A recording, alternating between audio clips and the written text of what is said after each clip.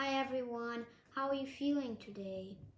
We're reading the next artist of this book, Alexander Calder. Here's a portrait of him. This is how he's spelled. Let's start reading about him. Born on August 22nd, 1898 in Lawtown, Pennsylvania, USA. Died on November 11th, 1976 in New York City, USA. He lived in Lawtown, Pasadena, San Francisco, New York, Paris, and Roxbury. Art style surrealism. Children Sandra and Mary. Interests theater and ballet. Alexander Calder, moving art. He loved things that moved, and he made moving things into art. Calder was a chip of the old block. His father was a sculptor, and he wanted to be a sculptor too. When he was 11 years old, Calder gave his parents a Christmas present, a beautiful duck made out of metal pieces. But this wasn't an ordinary duck. This duck could move back and forth if you tapped on it on the head. Ever since Christmas Day, Calder would enjoy making things that moved. When Calder grew up, he decided to work as a sculptor in Paris, the center of art world. Calder first made artwork that looked like real things, even created an entire miniature circus. But around the year 1930, he became interested in simple shapes. Calder cut pieces of metal into thin, curved forms that could twist easily in the air.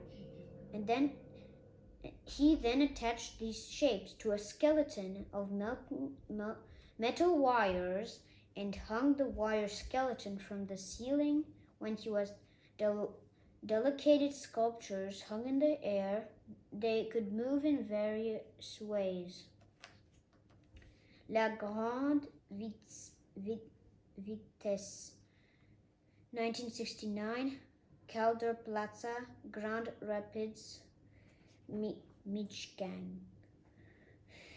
Planted firmly in the ground, Calder's huge stables look like could jump up and pounce on unsuspected passerby. The red stable is named High Speed. That's a very, very interesting one. This is the sculpture I just read you. This is a very interesting one.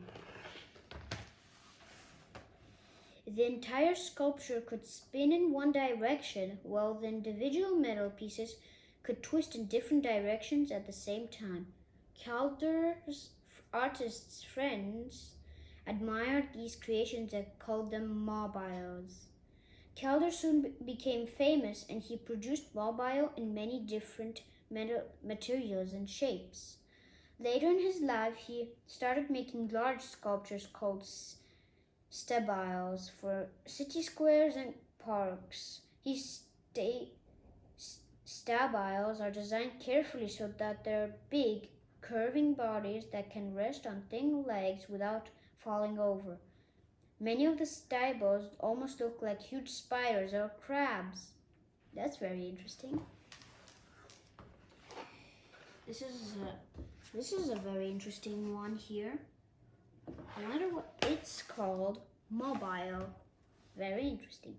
National Gallery of Art, Washington. Calder's mobiles can resemble delicate tree branches. This small model is a model for a huge sculpture in Washington, D.C. Calder used models to work out the final artwork should look and move. And this is the circus. And it does look very cool. I can imagine how long it took him. Cirque Calder, 1926 till 1931, Whitney Museum of American Art, New York. The first artwork that brought Calder fame was his miniature circus. It consists of lions, trapeze artists, and other circus characters made out of wire and found materials. Calder attached the characters to metal wires so that he could move them around, almost as puppeteer moves puppets.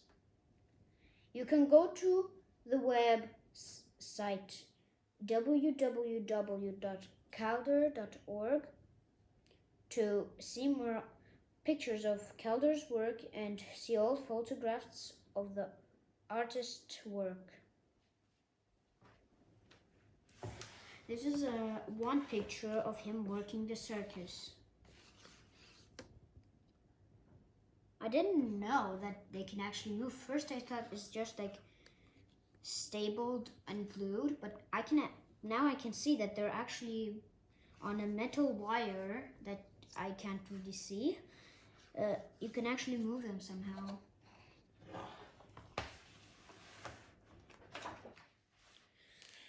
So this was about our artist, Alexander Calder.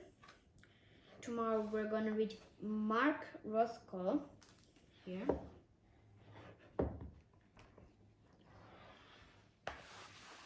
Hope you enjoyed about today's artist. Have a nice day. Bye bye.